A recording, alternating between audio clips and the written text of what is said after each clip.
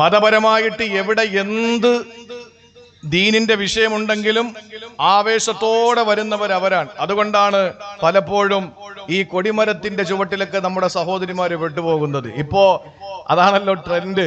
കൊടിമരത്തിന്റെ ചുവട്ടിൽ പോയി കാണിക്കയിടുക, അതിലൊക്കെ വീണു പോകുന്നത് പെണ്ണുങ്ങളാണ്. പിന്നെ ഓൺലൈൻ ആരാധന സജീവമാകുന്ന ലോകം. കോവിഡിന് ശേഷം രാവിലെ ഒരു പ്രാർത്ഥന, ഉച്ചയ്ക്ക് ഒരു പ്രാർത്ഥന, വൈകുന്നേരം മറ്റൊരു പ്രാർത്ഥന. ഇതൊക്കെ പറയുമ്പോൾ സഹോദരിമാർക്ക് എന്നെ ചവിട്ടിത്തേക്കാനുള്ള ആഗ്രഹവും അതിനുള്ള വാശിയുണ്ടാവും. പക്ഷേ പറയാതിരിക്കാൻ നിവർത്തിയില്ല. ഓൺലൈൻ ആരാധനകളിൽ മുഴുകിപ്പോകുന്നത് അധികവും സ്ത്രീകളാണ്. പുരുഷന്മാർക്ക് അതിന് സമയമില്ല. അവർക്ക് അങ്ങനെ ചില മണ്ടത്തരങ്ങളിൽ വീഴുന്ന പരിപാടിയില്ല. അവർ കൃത്യമായി പള്ളിയിൽ ബാങ്ക് വിളിക്കുമ്പോൾ പോകും, നമസ്കരിക്കും, ഇമാം അവിടെ പറയുന്ന കാര്യങ്ങൾ കൃത്യമായി കേൾക്കും, വയലിന്റെ സദസ്സിൽ വരുന്ന കാര്യങ്ങൾ അവർക്ക് ഉൾക്കൊള്ളാൻ പറ്റുന്നത് ഉൾക്കൊള്ളും. അങ്ങനെയൊക്കെ അവര് അങ്ങനെ ഒരു ലൈനിലങ്ങ് ജീവിച്ചു പോവാൻ. പെണ്ണുങ്ങൾക്ക് എവിടെയാണ് ഒരു 150 സ്വലാത്ത് കൂടുതൽ ചൊല്ലിയാൽ സ്വർഗത്തിൽ പോകാമെന്ന് ആരെങ്കിലും പറഞ്ഞാൽ അതങ്ങ് ചെയ്യും. അത് അങ്ങനെ സ്വലാത്ത് ചൊല്ലി സ്വർഗത്തിൽ പോകുന്നത് ഓക്കെ. പക്ഷെ അതിനപ്പുറത്ത് ചില കാര്യങ്ങൾ പറഞ്ഞിട്ട് സാമ്പത്തിക ചൂഷണം നടത്തുന്ന ഘട്ടങ്ങളിൽ അതൊക്കെ ചെയ്താൽ നിങ്ങൾക്ക് സ്വർഗം കിട്ടുമെന്ന് പറഞ്ഞാൽ അതിലും വീണു പോകുന്നത് പെണ്ണുങ്ങളാണ്.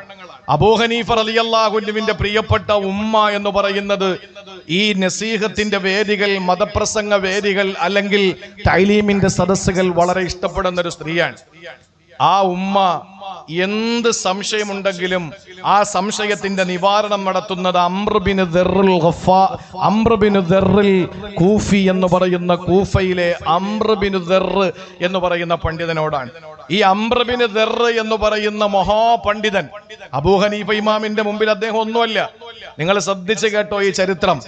അബൂ ഹനീഫ റളിയല്ലാഹു അൻഹു വിശ്വപ്രസിദ്ധനായ, ലോകം മുഴുവനും അറിയപ്പെടുന്ന ഒരു വലിയ മഹാമനീഷിയായിരിക്കുമ്പോഴും അദ്ദേഹത്തിന്റെ പ്രിയപ്പെട്ട ഉമ്മ എന്ത് മസ്അലയുണ്ടെങ്കിലും മതപരമായ എന്ത് സംശയമുണ്ടെങ്കിലും തീർക്കുന്നത് കൂഫയിലെ മറ്റൊരു പണ്ഡിതനായ അംർ ബിൻ ദർറ് എന്ന് പറയുന്ന ഒരാളിനോടാണ്. ഒരിക്കൽ മോൻ അബൂ ഹനീഫയെ വിളിച്ചിട്ട് പറഞ്ഞു, റളിയല്ലാഹു അൻഹു, മോനെ, അംർ ബിൻ ദർറിന്റെ അടുക്കൽ ചെന്നിട്ട് എന്റെ ഈ സംശയത്തിന് ഉത്തരം കണ്ടെത്തി കൊണ്ടുവരണം. ഉമ്മ പറഞ്ഞതല്ലേ വയല് പറയാൻ പോണ എന്നോട്. ഇന്നലെയുടെ വയല് പറഞ്ഞത് അഫ്സൽ ഖാസിമിയാണ്. വയല് പറയുന്ന എന്നോട് എന്റെ ഉമ്മ പറയാണ്, പ്രസംഗത്തെ പറ്റി അഫ്സൽ ഖാസിമിയോടൊരു സംശയം ചോദിച്ചിട്ട് വരണം, അല്ലെങ്കിൽ മറ്റ് പ്രഭാഷകരുടെ പേര് പറഞ്ഞിട്ട് അവരോട് ചെന്നിട്ട് ഇന്ന കാര്യം ഒന്ന് ചോദിച്ചിട്ട് വാ എന്ന് പറഞ്ഞാൽ ഞാൻ ഉമ്മയോട് എന്തായിരിക്കും പറയാ? ഞാനും പ്രസംഗിക്കാൻ പോകുന്ന ആളല്ലേ, എന്നോട് ചോദിച്ചാ പോരെ? മസല എന്തെങ്കിലും ഉണ്ടെങ്കിൽ എന്നോട് ചോദിച്ചാ പോരെ? എന്തിനാ പള്ളിയിലെ ഇമാമിനോട് ചോദിക്കാൻ പറയുന്നത്? അങ്ങനെ ഒരു വാശി അല്ലെങ്കിൽ ഒരു സ്വാർത്ഥ താല്പര്യം നമുക്കുണ്ടാവും. എനിക്കുണ്ട്, നിങ്ങൾക്കുണ്ടോന്ന് എനിക്കറിയില്ല. മകന് വക്കീലാണെങ്കിൽ വക്കീലായ മകനോട് ഉമ്മ പറയാണ്, എന്റെ കേസിന് അതിര് തർക്കം അല്ലെങ്കിൽ മറ്റൊരു വിഷയത്തിൽ ഒരു വക്കീലിനെ നീ കൊണ്ട് തരണമെന്ന് പറഞ്ഞാൽ മോൻ ചോദിക്കൂലേ, വക്കീലായിട്ട് ഞാനുള്ളപ്പോൾ നിങ്ങൾക്ക് എന്തിനാ വേറെ വക്കീല്? ഡോക്ടറായ മകന്റെ അടുത്ത് വന്നിട്ട് വാപ്പ പറയാണ്, എന്റെ ഈ ചുമയും എന്റെ ശ്വാസ തടസ്സമൊന്നും മാറുന്നില്ല, അതുകൊണ്ട് നല്ലൊരു ഡോക്ടറെ നീ ഒന്ന് പറ എന്ന് പറഞ്ഞാൽ മകൻ എന്താ പറയാ? നാട്ടുകാരുടെ രോഗം മാറ്റി കൊടുക്കുന്ന എനിക്ക് നിങ്ങളുടെ അസുഖം മാറ്റാൻ മരുന്നിന് വേണ്ടി ഞാൻ മറ്റൊരു ഡോക്ടറെ കാണുന്നത് ശരിയല്ലല്ലോ എന്നല്ലേ പറയുള്ളൂ. എന്നാൽ പ്രിയപ്പെട്ട സഹോദരങ്ങളെ, അബൂ ഹനീഫ ഇമാമിനോട് ഉമ്മ പറയുകയാണ്, മോനെ, നീ ചെല്ലണം, എന്നിട്ട് അംർ ബിൻ ദർറിനോട് പറയണം എന്റെ ഇന്ന സംശയത്തിന് മറുപടി തരാൻ. അബൂ ഹനീഫ റളിയല്ലാഹു അൻഹു നടക്കുകയാണ്. അറിവില്ലാത്ത ഒരു കുഞ്ഞു ബാലനെ പോലെ ലോക പ്രശസ്തനായ വിശ്വപ്രസിദ്ധനായ അബൂ ഹനീഫത്തുൽ കൂഫി റളിയല്ലാഹു അൻഹു അംർ ബിൻ ദർറ് എന്ന് പറയുന്ന പണ്ഡിതന്റെ വീട്ടിലേക്ക് പോവുകയാ. എന്നിട്ട് പറയുന്നു, സഹോദരങ്ങളെ ശ്രദ്ധയോടെ കേട്ടോ, അംർ ബിൻ ദർറ്, എന്റെ ഉമ്മ ഏത് മസല ചോദിക്കുമ്പോഴും നിന്റെ അടുക്കലാണ് ചോദിക്കാൻ പറഞ്ഞു വിടുന്നത്. നിങ്ങൾ പറഞ്ഞാലേ എന്റെ ഉമ്മ അനുസരിക്കൂ. ചോദിക്കുന്നതിനൊക്കെ ഞാൻ മറുപടി കൊടുക്കാറുണ്ട്, പക്ഷേ അതിന് നിങ്ങളുടെ കയ്യൊപ്പില്ലെങ്കിൽ എന്റെ ഉമ്മ അംഗീകരിക്കുകയില്ല. സഹോദരങ്ങളെ, വളരെ സങ്കടത്തോടെ തലകുമ്പിട്ടിരിക്കുന്ന മകന് അംർ ബിൻ ദർറ് വളരെ പ്രയാസത്തോടെ തലകുമ്പിട്ടിരിക്കും. എന്തുകൊണ്ടാണ്? എന്റെ മുന്നിൽ വന്ന് ചോദ്യം ചോദിക്കുന്നത് നിസാരനാണോ? അബൂ ഹനീഫത്തുൽ കൂഫി റളിയല്ലാഹു തആല അൻഹു വല്ലേ എന്ത് മറുപടിയാണ് ഞാൻ അദ്ദേഹത്തോട് കൊടുക്കുക? ഇത്രയും വലിയ മഹാപണ്ഡിതന്റെ മുമ്പിൽ ഞാൻ എന്താണ് മറുപടി കൊടുക്കുക എന്ന് ആലോചിച്ചിട്ട് അംർ ബിൻ ദർർ റളിയല്ലാഹു അൻഹു തല കുമ്പിട്ടിരിക്കുകയാണ്. അബൂ ഹനീഫ ഇമാം ചോദിച്ചിട്ട് മറുപടിയുമായിട്ട് മടങ്ങി പോകുന്നു. ചില ഘട്ടങ്ങളിൽ അബൂ ഹനീഫ ഇമാമിനെ കൊണ്ട് പറയിപ്പിക്കും അംർ ബിൻ ദർർ. എന്നിട്ട് അത് ഏറ്റു പറഞ്ഞിട്ട് പറയും, അബൂ ഹനീഫ ഇമാമേ, നിങ്ങൾ ഉമ്മയോട് ഈ മറുപടി കൊടുക്കുക. യഥാർത്ഥത്തിൽ ഉത്തരം പറയുന്നത് അബൂ ഹനീഫയാണ്. പക്ഷേ അത് താനാണ് എന്ന് പറഞ്ഞ് കയ്യൊപ്പ് ചാർത്തിയിട്ട് ഉമ്മയോട് ചെന്ന് പറയാൻ പറഞ്ഞു വിടുമ്പോ ഒരു ദിവസം അതാ ഉമ്മ പറയുന്നു, അംർ ബിൻ ദർറിന്റെ അടുക്കൽ എന്നെ എത്തിക്കണം മോനെ അബൂ ഹനീഫ, നിന്നെ എനിക്ക് വിശ്വാസമില്ല, നീ അവിടെ പോകുന്നോ ഇല്ലയോ എന്ന് എനിക്കറിയില്ല, അതുകൊണ്ട് എനിക്ക് നേരിട്ട് ചോദിക്കണം എന്ന് പറഞ്ഞിട്ട് ഉമ്മ വാശി പിടിക്കുമ്പോ അബൂ ഹനീഫ റളിയല്ലാഹു തആല അൻഹു ഒരു കോവർ കഴുതയെ തയ്യാറാക്കുകയാണ്. എന്നിട്ട് പ്രിയപ്പെട്ട ഉമ്മാനെ കോവർ കഴുത പുറത്തിരുത്തുകയാ.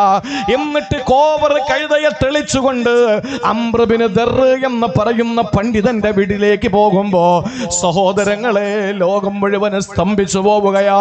അബൂ ഹനീഫത്തുൽ കൂഫി എന്ന മഹാപണ്ഡിതന്, വിശ്വപ്രസിദ്ധനായ ലോകമഹാപണ്ഡിതന്റെ പ്രിയപ്പെട്ട ഉമ്മ കോവർ കഴുത പുറപ്പിരുന്നിട്ട് അറിവിന്റെ സാഗരമായ വിജ്ഞാനത്തിന്റെ സാഗരമായ വിജ്ഞാനത്തിന്റെ വിഹായസായ ഒരു മകന് തന്റെ പ്രിയപ്പെട്ട ഉമ്മയെ അറിവ് അതിനേക്കാൾ കുറഞ്ഞ അംർ ബിൻ ദർറിന്റെ അടുക്കലേക്ക് കൊണ്ടുപോയി സംശയം ദൂരീകരിക്കുമ്പോ ഒരവസരത്തിൽ ഒരു കാരണവശാലും ഇത് കൊണ്ടുപോകാൻ കഴിയില്ല എന്ന് മനസ്സിലാക്കിയിട്ട് അംർ ബിൻ ദർർ ചോദിച്ചു പോയി അബൂ ഹനീഫ ഇമാമിനോട്, എന്താ നിങ്ങൾ ഇത് കാണിക്കുന്നത്, എന്താ നിങ്ങളെ ഉദ്ദേശമെന്ന് ചോദിക്കുമ്പോ അബൂ ഹനീഫ ഇമാം പറഞ്ഞ മറുപടി എന്തെന്നറിയോ?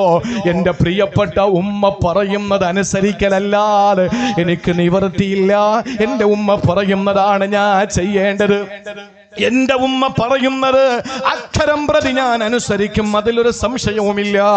എന്റെ പ്രിയപ്പെട്ട സഹോദരങ്ങളെ, ഏറ്റവും വലിയ പാണ്ഡിത്യത്തിന്റെ മഹാസാഗരമായി മഹാവികായസിൽ പാറി പറക്കുമ്പോൾ അബൂ ഹനീഫ ഇമാം തന്നെക്കാൾ അറിവിൽ കുറഞ്ഞുള്ള അംർ ബിൻ ദർറിന്റെ അടുക്കലേക്ക് ഉമ്മാനെ കഴുതപ്പുറത്തിരുത്തി കൊണ്ടുവരുമ്പോ ആ ഒരു വലിയ മഹാമനീഷിക്ക് എന്തുകൊണ്ടാണ് അങ്ങനെ കഴിഞ്ഞതെന്നറിയോ? وبرم بوالدتي ولم يجعلني جبارا شقيا. ഉമ്മ പറയുന്നതനുസരിക്കുന്നതിലൂടെ ഒരിക്കലും ഒരാളും പരാജയപ്പെട്ടു പോകില്ല. അവസാന ഗവർണർ സ്ഥാനം ഏറ്റെടുക്കണമെന്ന് അബൂ ഹനീഫയെ നിർബന്ധിച്ചല്ലോ. രാജാക്കന്മാരെ നിർബന്ധിച്ചു, നിങ്ങൾ ഗവർണർ സ്ഥാനം ഏറ്റെടുക്കണം.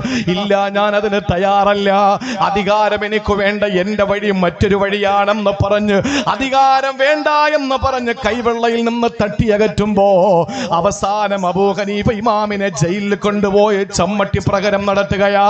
ചാട്ടവാറ് കൊണ്ട് അബൂ ഹനീഫ ഇമാമിനെ തല്ലുമ്പോ അബൂ ഹനീഫ ഇമാമിനെ ശക്തമായ വേദന അനുഭവിക്കുകയാണ്. ആ വിവരം തന്റെ പ്രിയപ്പെട്ട മാതാവ് വയോധികയായ വൃദ്ധയായ ഉമ്മ അറിയുന്നു.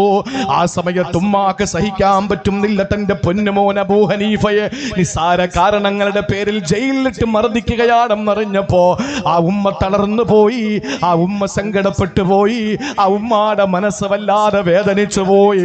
അബൂ ഹനീഫ ഇമാം ജയിൽ മോചിതനായപ്പോ പറഞ്ഞതെന്തെന്നറിയോ? ഓരോ ചമ്മട്ടിയും എന്റെ ശരീരത്ത് പതിക്കുമ്പോൾ, എന്റെ ശരീരത്തിൽ നിന്ന് ചോര ചാലിട്ടൊഴുകുമ്പോൾ എന്റെ മനസ്സ് വേദനിച്ചത്, എന്നെ സങ്കടപ്പെടുത്തിയത് എന്റെ ശരീരത്ത് കൊള്ളുന്ന ചാട്ടവാറിന്റെ വേദനയല്ല, പിന്നെയോ എന്റെ ഉമ്മാടെ മനസ്സ് വേദനിച്ചല്ലോ. എന്റെ ഉമ്മ ഞാൻ കാരണമായി ഒരു സമയത്ത് വേദനിച്ചല്ലോ. എന്റെ പ്രിയപ്പെട്ട ഉമ്മാക്കത് സഹിക്കാൻ പറ്റുന്നില്ലല്ലോ. എന്റെ ഉമ്മയുടെ നെഞ്ചു വേദനിക്കുന്നത് എന്നെ അടിക്കുന്നത് ഓർത്തിട്ടാണല്ലോ.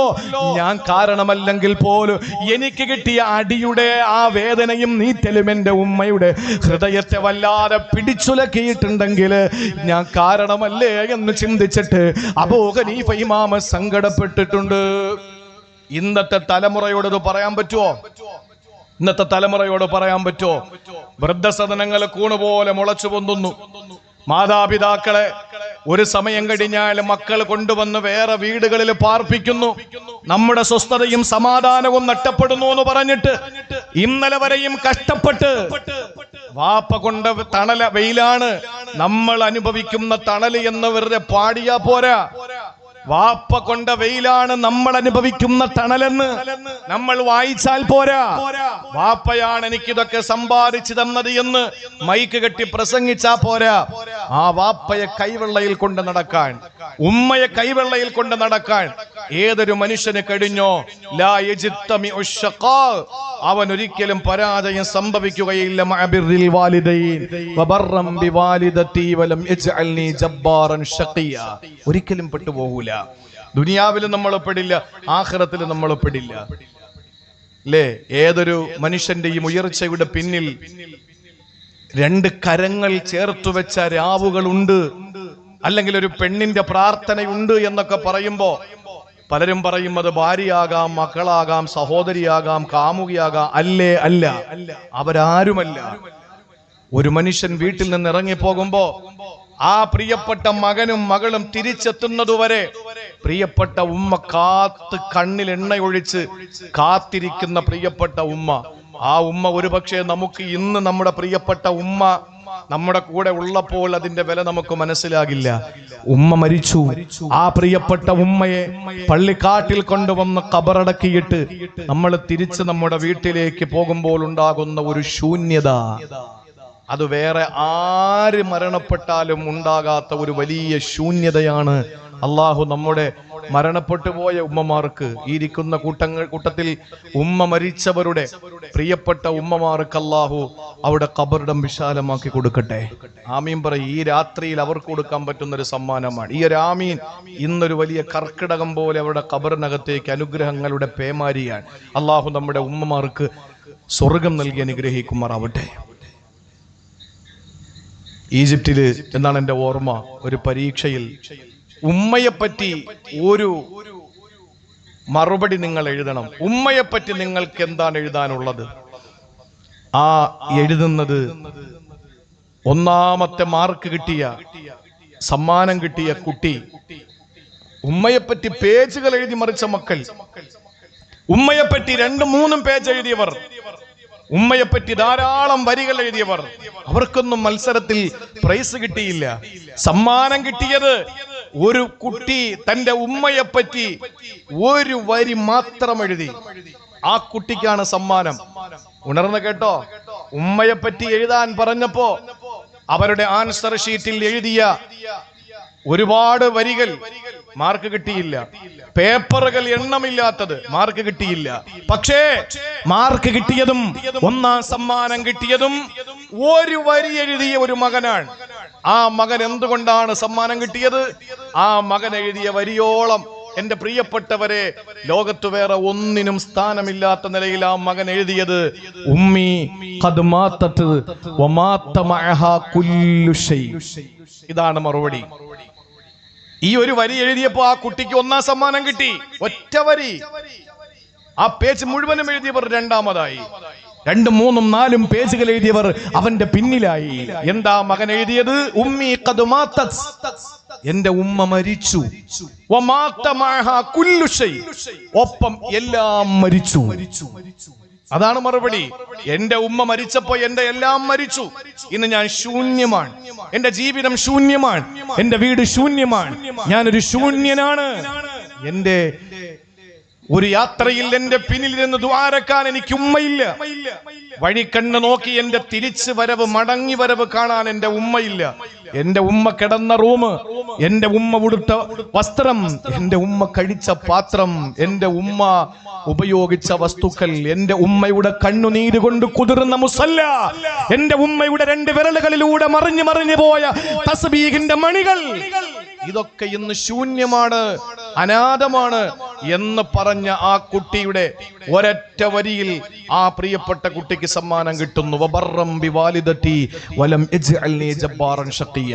എഴുതി വെച്ചോ, വേറെ ഒരുപാടൊന്നും പ്രസംഗിക്കണ്ട. ഉമ്മയ്ക്ക് ഖിദ്മത്തെടുത്ത് ഉമ്മയ്ക്ക് സേവനം ചെയ്ത് ഉമ്മയുടെ പുണ്യം നേടി ഉമ്മയുടെ തൃപ്തി നേടി ഉമ്മ നമ്മളെ നല്ലവനാണെന്ന് പറഞ്ഞ് ഉമ്മയ്ക്ക് സേവനം ചെയ്ത് ഉമ്മ എപ്പോഴും നമ്മളെ നോക്കി ചിരിച്ച് ഉമ്മ നമ്മുടെ സാന്നിധ്യം കൊതിച്ച് ആ സാന്നിധ്യത്തിൽ ആ ഉമ്മ രസിച്ച് നമ്മുടെ പ്രിയപ്പെട്ട ഉമ്മയ്ക്ക് സന്തോഷം കൊടുക്കാൻ കഴിഞ്ഞാൽ, വാപ്പയ്ക്കും സന്തോഷം കൊടുക്കാൻ കഴിഞ്ഞാൽ, അള്ളാഹു പറയുന്നു നീ ദുനിയാവിലും പരാജയപ്പെടില്ല, ആഖിറത്തിലും പരാജയപ്പെടില്ല. അള്ളാഹു തൗഫീഖ് തരട്ടെ. 6-1 ഇനി എനിക്ക് എത്ര സമയമുണ്ട്? 11:15 നമുക്ക് ദുആ ഇറക്കണം ഇൻഷാ അല്ലാഹ്. രണ്ടാമതായി നമ്മൾ ചെയ്യേണ്ടത് 6 സ്ഥലങ്ങളിൽ ഒരു മനുഷ്യനെ പരാജയപ്പെട്ടു പോകില്ല, ഇരുവീട്ടിലും പരാജയപ്പെടില്ല. 6 കാര്യങ്ങൾ നമ്മുടെ ജീവിതത്തിൽ ഉണ്ടെങ്കിൽ അതിൽ ഒന്നാണ് മാതാപിതാക്കൾക്ക് ഗുണം ചെയ്യുക. ഇനി അല്ലാഹ് പറയുന്ന രണ്ടാമത്തെ കാര്യമേതെന്നറിയോ? വലമ്മക്കും ബിദുആഇക റബ്ബി ശഖിയാ. സഹോദരങ്ങളെ, പരിശുദ്ധമായ ഖുർആൻ സൂറത്തു മറിയമിന്റെ 4-ാമത്തെ വചനത്തിൽ അല്ലാഹ് പറയുകയാണ്, വലമ്മകും ബിദുആഇക റബ്ബി ശഖിയാ. ഇതൊരു പ്രവാചകൻ പറഞ്ഞ പ്രാർത്ഥനയാണ്, ഇതൊരു പ്രവാചകന്റെ ദുആയാണ്. സഹോദരങ്ങളെ, ആദ്യം പറഞ്ഞത് ഈസാ നബിയുടെ കഥയെങ്കിൽ രണ്ടാമതായിട്ട് അല്ലാഹു പറയുന്നത് ആരുടെ കഥയെന്നറിയോ? മഹാനായ സക്കരിയ അലൈഹിസ്സലാം പറയുകയാണ്. ഈ സന്ദർഭത്തിൽ എൻ്റെ പ്രിയപ്പെട്ടവരോട് സക്കരിയ നബിയുടെ കഥ പറയാനുള്ള സമയത്തിന്റെ കുറവ് മൂലം ഞാൻ വിശാലമായി അതിലേക്കൊന്നും കടക്കുന്നില്ല. പക്ഷെ മഹാനായ സക്കരിയ നബി അലൈഹിസ്സലാമിനെ പറ്റിയിട്ട് അള്ളാഹു പരാമർശിക്കുന്നത്, ജീവിതത്തിൽ അള്ളാഹു എല്ലാം നൽകി, സന്തോഷം കൊടുത്തു, പ്രവാചകത്വം കൊടുത്തു, എല്ലാം കൊടുത്തു. പക്ഷേ സക്കരിയ നബിക്ക് അള്ളാഹു കൊടുക്കാത്തതൊന്നേ ഉള്ളൂ, ഒരു പൊന്നുമോൻ അല്ലെങ്കിൽ ഒരു പൊന്നുമോള്. മക്കളില്ല സക്കരിയ നബിക്ക്. സക്കരിയ നബി അലൈഹിസ്സലാമിന് എല്ലാം കൊടുത്തു, പക്ഷെ മക്കളെ കൊടുത്തില്ല. മക്കളെ അല്ലാഹു കൊടുത്തില്ല. ആ സമയത്ത് സക്കരിയ നബി ദുആരെന്ന ഒരു ദുആയാണ് അല്ലാഹു തആല പറയുന്നത്. സക്കരിയ നബി പറയുന്നു, വലം അക്കും ബിദുആഇക റബ്ബി ശഖിയാ. ഒന്ന് മാതാപിതാക്കൾക്ക് ഗുണം ചെയ്യലാണെങ്കിൽ, രണ്ടാമത് അല്ലാഹ് പറയുന്നു വലം അക്കും ബിദുആഇക റബ്ബി ശഖിയാ. പടച്ചോനെ, നിന്നോട് തേടിയതിന്റെ പേരില്, നിന്നോട് ദുആ ചെയ്തതിന്റെ പേരില് ഞാൻ 2 വീട്ടിലും പരാജയപ്പെട്ടിട്ടേ ഇല്ല. വലം അക്കും ബിദുആഇക റബ്ബി ശഖിയാ. നിങ്ങൾ നന്നായിട്ടൊന്ന് ശ്രദ്ധിക്കണം. ഇത് സക്കരിയ നബി എപ്പോഴാ പറഞ്ഞെന്നറിയോ? നാസർ സാഹിബിന് എത്ര മക്കളുണ്ട്? 3 പേര്. ഉസ്താദിന് എത്രയുണ്ട്? 3. എനിക്ക് 3 മക്കളാണ്. ഇവിടെ ഇരിക്കുന്നവർക്ക് 3 മക്കളുണ്ടാവും, 2 മക്കളുണ്ടാവും, 4 മക്കളുണ്ടാകും, 1 കുട്ടി ഉണ്ടാവും, മക്കളില്ലാത്തവരുണ്ടാവും. മക്കൾ എന്ന് പറയുന്നത് നമ്മുടെ ഒരു വലിയ അഴക്, ആനന്ദം, സൗരഭ്യം, സൗന്ദര്യം, നേരം പോക്ക്, ഇതൊക്കെയല്ലേ നമ്മുടെ മക്കള്. എല്ലാം ഉണ്ടെന്ന് വെക്കും. അധികാരമുണ്ട്, പൈസയുണ്ട്, ഭക്ഷണമുണ്ട്, കിടക്കയുണ്ട്, യാത്ര ചെയ്യാൻ സൗകര്യമുണ്ട്, എല്ലാം ഉണ്ട്. പക്ഷേ ഒരു കുട്ടി ഇല്ലെങ്കിലുള്ള അവസ്ഥ ഒന്ന് ആലോചിച്ച് നോക്കിയേ. വേറെ എന്തും നേടാം. ആരും അറിയാതെ പിൻവാതിലൂടെ നമുക്ക് പണം കൊടുത്തിട്ട് നിയമനം നേടാം, വലിയ ഉദ്യോഗസ്ഥനാകാം. ആരും അറിയാതെ കാശ് കൊടുത്തിട്ട്, കള്ള് കൊടുത്തിട്ട് നമുക്ക് അധികാരം നേടാം. അങ്ങനെയാണല്ലോ. പിന്നെ മരിച്ച് മണ്ണോട് ചേർന്ന ആളുകളുടെ പേരിലും കള്ള വോട്ട് ചെയ്ത് ഇപ്പൊ കഴിഞ്ഞ തെരഞ്ഞെടുപ്പിലൊക്കെ നടന്നതുപോലെ അധികാരത്തിൽ വരാം. അതിലൊന്നും ഒരു തടസ്സവും ഇല്ല. എന്തും നേടാം. സ്നേഹിച്ച പെണ്ണിനെ നമുക്ക് എത്ര വലിയ കുടുംബത്തിൽപ്പെട്ട പെണ്ണാണെങ്കിലും നമുക്ക് സുഖമായിട്ട് ആ പെണ്ണിനെ കല്യാണം കഴിക്കാം. എന്ത് നമുക്ക് ദുനിയാവിൽ നേടാം, അല്ലേ? പൈസ ഉണ്ടാക്കിക്കൂടെ? പൈസ ഉണ്ടാക്കിക്കൂടെ? അള്ളാന്റെ പേര് വെച്ചിട്ട് പൈസ ഉണ്ടാക്കുന്നവരുണ്ട്, അള്ളാഹുവിന്റെ വിശേഷണം വെച്ച് പൈസ ഉണ്ടാക്കുന്നവരുണ്ട്, ആണയിട്ട് പൈസ ഉണ്ടാക്കുന്നവരുണ്ട്, കള്ളത്തരം പറഞ്ഞ് പൈസ ഉണ്ടാക്കുന്നവരുണ്ട്, ആത്മീയ ചൂഷണം നടത്തി പൈസ ഉണ്ടാക്കുന്നവരുണ്ട്, ഇല്ലേ? എന്തെല്ലാം രീതിയിൽ പണം ഉണ്ടാക്കുന്ന ശൈലികൾ നമ്മൾ കണ്ടുകൊണ്ടിരിക്കുന്നു, ഇനി കാണാൻ കിടക്കുന്നു. എല്ലാം നമുക്ക് നേടാം. എന്താ നേടാൻ പറ്റാത്തത്? ആരോഗ്യം. പൈസ കൊടുത്ത ആരോഗ്യം കിട്ടൂലേ? ഈ മുഖം വേണ്ട, എനിക്ക് ഈ മുഖത്തിനപ്പുറത്ത് ഞാൻ ഉദ്ദേശിക്കുന്ന മറ്റൊരു മുഖം എന്ന് പറഞ്ഞാൽ കോസ്മെറ്റിക് പ്ലാസ്റ്റിക് സർജറിയിലൂടെ ഇന്ന് നമ്മുടെ സൗന്ദര്യം പോലും മാറ്റിവെക്കാം. നമുക്ക് എന്തും വാങ്ങാം. പക്ഷേ ഒരിക്കലും നമുക്ക് കിട്ടാത്ത ഒന്നുണ്ട്. ഒരു കുഞ്ഞിനെ നമുക്ക് കിട്ടണമെങ്കിൽ അള്ളാഹു കനിഞ്ഞരളിയാൽ മാത്രമേ കഴിയൂ. അല്ലാതെ പച്ചമരുന്ന് കുടിച്ചത് കൊണ്ടോ, അല്ലെങ്കിൽ ആറ്റാങ്കര കൊണ്ടുവന്ന പാറയിൽ ഉരുളി കമത്തിയത് കൊണ്ടോ, അല്ലെങ്കിൽ അങ്ങനെയൊക്കെ ചില കാര്യങ്ങളൊക്കെ ഉണ്ട്. ആറ്റാങ്കരയ്ക്ക് പോകുന്ന വഴിയിൽ ഒരു പാറയിൽ ഉരുളി കമത്തിയ മക്കളുണ്ടാവും എന്ന് പറഞ്ഞു. ഇതൊക്കെ ഒരു ആത്മീയ തട്ടിപ്പാണ്. പിന്നെ എവിടെയോ കൊണ്ടുവന്ന് കരിവള തൂക്കിയാലും മക്കളുണ്ടാവും എന്ന് പറഞ്ഞു. സക്കരിയ നബിക്ക് എന്തേ പാറയില്ലായിരുന്നോ? സക്കരിയ നബിയുടെ കാലഘട്ടത്തില് ഇതുപോലെ മരത്തിന്റെ ചില്ലകളില്ലായിരുന്നോ? അന്ന് അവിടെ കൊണ്ടുവന്ന് ചെറിയ കരിവളയോ അല്ലെങ്കിൽ തൊട്ടിൽ കെട്ടിയാ പോരായിരുന്നോ? പക്ഷേ അതൊന്നും ചെയ്യാതെ സക്കരിയ നബി അലൈഹിസ്സലാം അള്ളാഹുവിനോട് ദുആരന്നു. നിങ്ങൾ അറിയണം എന്റെ പ്രിയപ്പെട്ടവരെ, സക്കരിയ നബിക്ക് 2 പ്രശ്നങ്ങളുണ്ട്. ഒന്ന് വഹനൽ അളമു, എല്ല് മുഴുവനും ക്ഷയിച്ചു പോയി. എഴുന്നേറ്റ് നിന്നാലല്ലേ ഒരു കുഞ്ഞുണ്ടാവുള്ളൂ, അതിനുള്ള ആരോഗ്യമില്ല. അതുപോലെ തലമുടിയൊക്കെ നരച്ചിട്ട് വെളുത്തുപോയി, പ്രായം ഒത്തിരിയായി, വയസ്സായി. ഇത് 2 ബലഹീനതകൾ സക്കരിയ നബിക്കുണ്ട്. സക്കരിയ നബിയുടെ ഭാര്യയ്ക്കോ വംറഅത്തി ആഖിറ, സക്കരിയ നബി അലൈഹിസ്സലാമിന്റെ ഭാര്യ പ്രസവിക്കാത്ത പെണ്ണാണ്. ഇവിടെ എന്താ പറയാ? അതിന് പ്രസവിക്കാത്തവർക്ക് എന്താ പറയാ?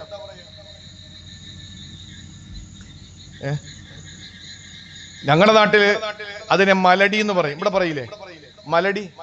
മച്ചി എന്ന് പറയില്ലേ? അത് പറയും. പ്രസവിക്കില്ല. അതൊന്നും മോശമായ പദമൊന്നും അല്ല. മക്കളില്ല, ഇത്ര തന്നെ. മക്കളില്ല. മക്കള് വേണ്ടാന്ന് വെക്കുന്നവരുണ്ട്, ചൈൽഡ് ഫ്രീ. മക്കള് വേണ്ട എന്ന് പറയുന്നവരുണ്ട്. ദേശീയ രാഷ്ട്രീയത്തിൽ ദമ്പതിമാരായ 2 പേര്, അവര് മക്കള് വേണ്ട, ഞങ്ങളുടെ സമയം മുഴുവനും മക്കളെ വളർത്താനുള്ളതല്ല, രാഷ്ട്രീയ പ്രവർത്തനം നടത്തിയിട്ട് ജനങ്ങൾക്ക് ഉപകാരപ്രദമായ കാര്യങ്ങൾ ചെയ്യാനെന്ന് പറഞ്ഞ ഒരു ഭാര്യ ഭർത്താവ് ദമ്പതിമാര് ദേശീയ രാഷ്ട്രീയത്തിലുണ്ട്. തൽക്കാലം പേര് പറയുന്നില്ല. അങ്ങനെ മക്കളില്ലാത്തവർ വേണ്ട എന്ന് വെച്ചവരുണ്ട്. പക്ഷെ മക്കളില്ലാത്തവരുണ്ട്.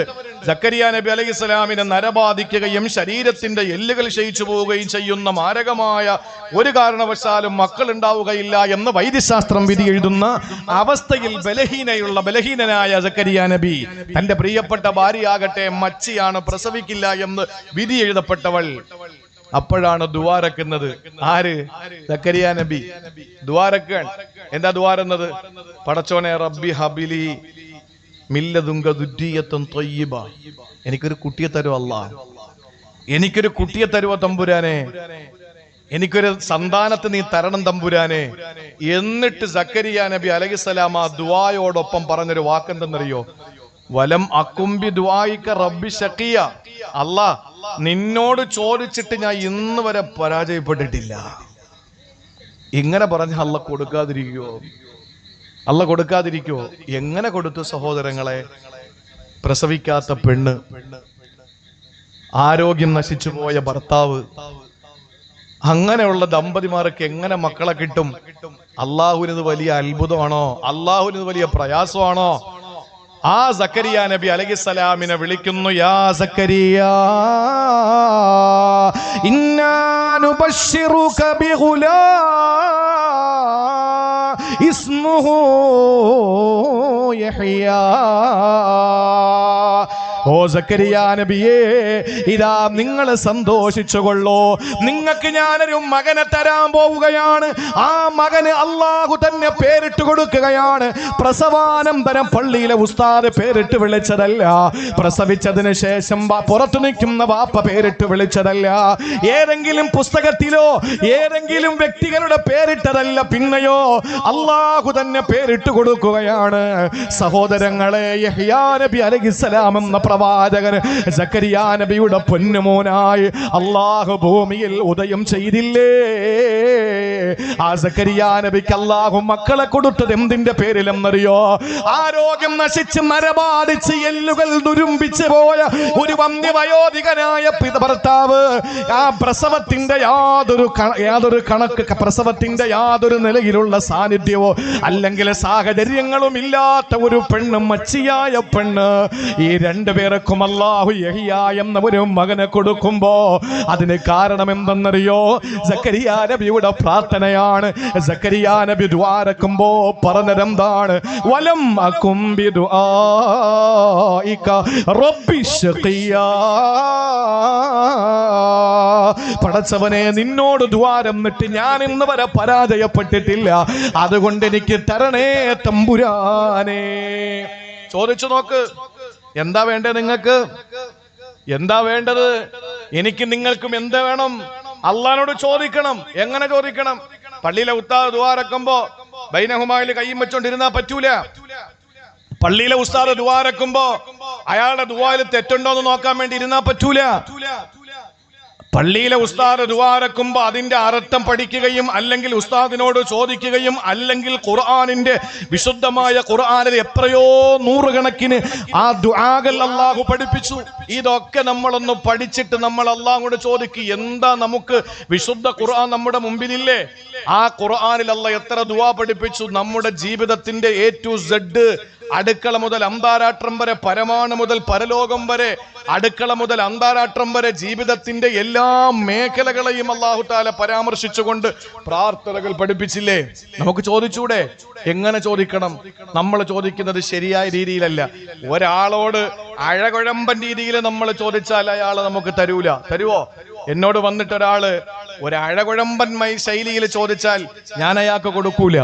എന്നോട് ചോദിക്കുമ്പോ എന്നിൽ നിന്ന് കിട്ടുന്നെങ്കിൽ വാങ്ങാമെന്ന സ്ഥിതിയിലാണെങ്കിലും ഞാൻ കൊടുക്കില്ല. എന്നോട് ചോദിക്കുന്ന ഒരാള് കിട്ടുമെന്ന് ഉറപ്പും എന്നോടേ ചോദിക്കാൻ അയാൾക്ക് കഴിയൂ എന്നും കൊടുക്കാൻ എന്റെ കയ്യിൽ ഉണ്ട് എന്ന് എനിക്ക് ഉറപ്പുണ്ടെങ്കിൽ ഞാൻ കൊടുക്കൂലേ? ഇതല്ലേ പടച്ചോൻ? ഇതല്ലേ പടച്ചോൻ? പടച്ചോനോട് ചോദിച്ച നമ്മുടെ വീട്ടിൽ വന്ന് പാപ്പാങ്കുളങ്ങരയും ചുറ്റുമൂലയിലും അതുപോലെ തന്നെ പിന്നെ പരിസര പ്രദേശങ്ങളിലും വന്നിട്ട് രാവിലെ കതകിനെ മുട്ടി. കതക് തുറന്നപ്പോ ഒരു പാവപ്പെട്ടവൻ 50 രൂപ കൊടുത്തു. പിറ്റേ ദിവസം, പിറ്റേ ആഴ്ച ആവട്ടെ, പിറ്റേ മാസം ആവട്ടെ, പിറ്റേ ആഴ്ച വീണ്ടും കതകിന് മുട്ടുന്നു, ബെല്ലടിക്കുന്നു. ചെന്ന് നോക്കുമ്പോ ഒരാഴ്ചക്ക് മുമ്പ് വന്ന അതേ ആള് തന്നെയാണ്. ഒരു 20 രൂപ എടുത്തു കൊടുക്കും അല്ലേ? മൂന്നാമത്തെ ആഴ്ച നോക്കുമ്പോ ബെല്ലടിക്കുന്നു. ചെന്ന് തുറക്കുമ്പോ അയാള് തന്നെ. ഒരു 5 രൂപ നമ്മൾ കൊടുക്കും. നാലാമത്തെ പ്രാവശ്യം വരുമ്പോൾ ചോദിക്കും, നിനക്ക് ഇത് തന്നെ പണി? നിനക്ക് വേറെ വീട്ടിൽ പൊയ്ക്കൂടെ? ഞാൻ തന്നതുകൊണ്ടല്ലേ നീ വീണ്ടും വീണ്ടും വരുന്നത്? ഇതാണ് മനുഷ്യൻ. പക്ഷെ അള്ളാഹുവോ ഒരിക്കൽ ചോദിച്ചാൽ തരൂല. രണ്ടാമത് ചോദിച്ചാലും തരില്ല. മൂന്നാമത് ചോദിച്ചാലും തരില്ല. നാലാമത് ചോദിച്ചാലും തരില്ല. കാരണം എന്താ? അള്ളാഹുവിന്റെ റസൂൽ സല്ലല്ലാഹു അലൈഹി വസല്ലം പറയുന്നു, അള്ളാഹ് ഒരാളെ ഇഷ്ടപ്പെട്ട് കഴിഞ്ഞാൽ അയാള് ചോദിക്കുന്നത് ആ സന്ദർഭത്തിൽ ജിബ്രീൽ അലൈഹിസ്സലാമിനെ അള്ളാഹു വിളിച്ചിട്ട് പറയും, ജിബ്രീൽ അവന് ഒന്നും കൊടുക്കരുത്, ഈ ചോദിക്കുന്നവൻ ഒന്നും കൊടുക്കരുത്. അവന്റെ വിളി എനിക്ക് വല്ലാത്ത ഇഷ്ടമാണ്. എനിക്ക് അവന്റെ കിന്നാരം, അവന്റെ യാചന, അവന്റെ ആ ഒരു സങ്കടം, എന്നോട് അവന്റെ മനസ്സലിഞ്ഞുള്ള പ്രാർത്ഥന എനിക്ക് വല്ലാതെ ഇഷ്ടമാണ്. അതുകൊണ്ട് കുറച്ച് ചോദിക്കട്ടെ, ഞാൻ പിന്നെ കൊടുത്തോളാം, അവനെ വിട്ടേക്ക്, അവനിപ്പോ ഒന്നും കൊടുക്കണ്ട. ഹദീസാണ്. നമ്മൾ കരുതുന്ന എന്താ? ഞാൻ ചോദിച്ചിട്ട് അല്ലാഹ് ഒന്നും തരുന്നില്ല.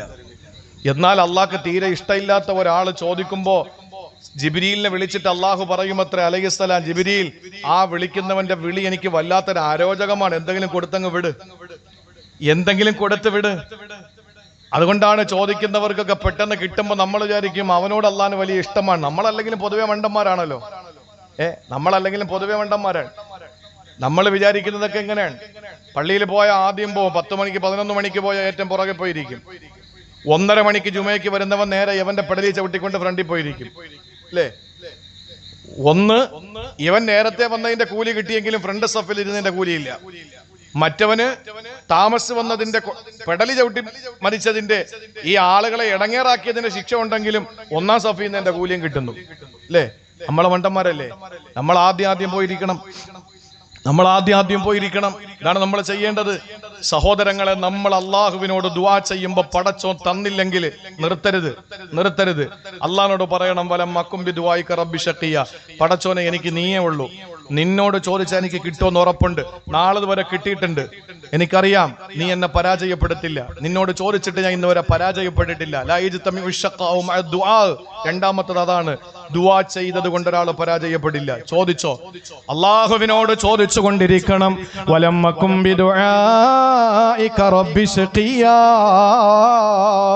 പടച്ചവനെ, നിന്നോട് ചോദിച്ചതിന്റെ പേരിൽ ഞാൻ ഇന്ന് വരെ പരാജയപ്പെട്ടില്ല അല്ലാ. അതാ സക്കരിയ നബി അലൈഹിസ്സലാമിന് അല്ലാഹ് മകനെ കൊടുക്കുന്ന യഹ്യാ. അറിയുമോ, ഹുദൈഫത്ത് റളിയല്ലാഹു അൻഹു പറയുന്ന ഒരു കാര്യമുണ്ട്. ഇന്ന് എന്തുകൊണ്ടാണ് നമ്മുടെ പ്രാർത്ഥന സ്വീകരിക്കാത്തത്?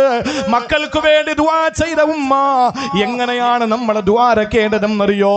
ഹുദൈഫത്ത് റളിയല്ലാഹു അൻഹു പറയുകയാണ്, ലയതിയന്ന അലന്നാസി സമാൻ, ഒരു കാലം ജനങ്ങൾക്ക് വരാനുണ്ട്, ഒരു കാലം ജനങ്ങൾക്ക് വരാനുണ്ട്. ലാ യൻജൂ ഫീഹി, അതിൽ നിന്ന് ആരും തന്നെ രക്ഷപ്പെടുകയില്ല. ആ കാലഘട്ടത്തിൽ ആരും രക്ഷപ്പെടുകയില്ല. ഇല്ലാ മൻ ദആ, ദുആ ചെയ്യുന്നവനല്ലാതെ രക്ഷപ്പെടുകയില്ല.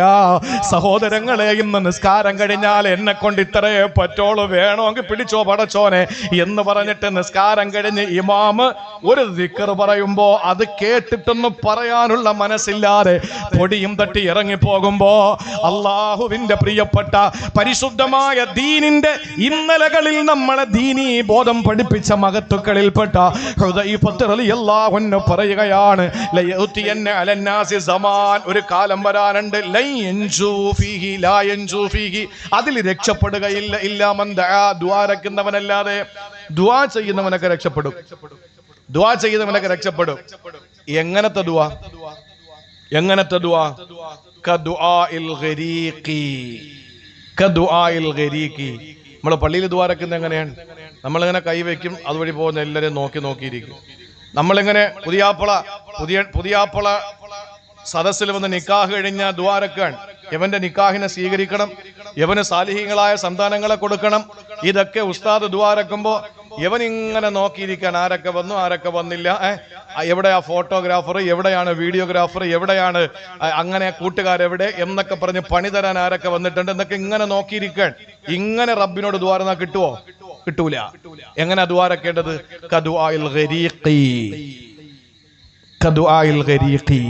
നാളത്തെ കിഴക്കൻ ചക്രവാളത്തിൽ അരുണന്റെ കിരണങ്ങൾ പ്രകടമാകുമ്പോ, സുബഹി നമസ്കാരത്തിന് പാപ്പാങ്കുളങ്കര പള്ളിയുടെ മിനാരത്തിൽ നിന്ന് ബാങ്ക് വിളിക്കുമ്പോ, ആ പള്ളിയിലെ നിസ്കാരത്തിന് പോകുന്ന ഓരോ വിശ്വാസികളും ബാങ്കിന്റെ ശബ്ദം കേട്ട് സടകുടഞ്ഞെഴുന്നേറ്റ് വീടിന്റെ ഉള്ളിൽ മുസല്ല വിരിച്ച്, നിസ്കാരപ്പായ വിരിച്ച്, നിസ്കാര കുപ്പായം ധരിച്ച് നമസ്കരിക്കുന്ന ഓരോ സ്ത്രീകളും ദുആരക്കേണ്ടത്, എനിക്ക് അത് കിട്ടിയില്ല, ഇത് കിട്ടിയില്ല, എത്ര ദുആ എന്നിട്ടും സ്വീകരിക്കുന്നില്ല എന്നൊക്കെ പറയുമ്പോ, നേരത്തെ പറഞ്ഞത് ഉള്ളതാണെങ്കിലും പ്രിയപ്പെട്ടവരെ, ദുആരക്കണമെങ്കിൽ എങ്ങനെ ദുആരക്കണം? കദുആഇൽ ഗരീഖി, ഗരീഖിന്റെ ദുആ നിങ്ങൾ ചെയ്യുക. ഗരീഖ് എന്ന് പറഞ്ഞാൽ വെള്ളത്തിൽ അകപ്പെട്ടു പോയ ഒരാൾ.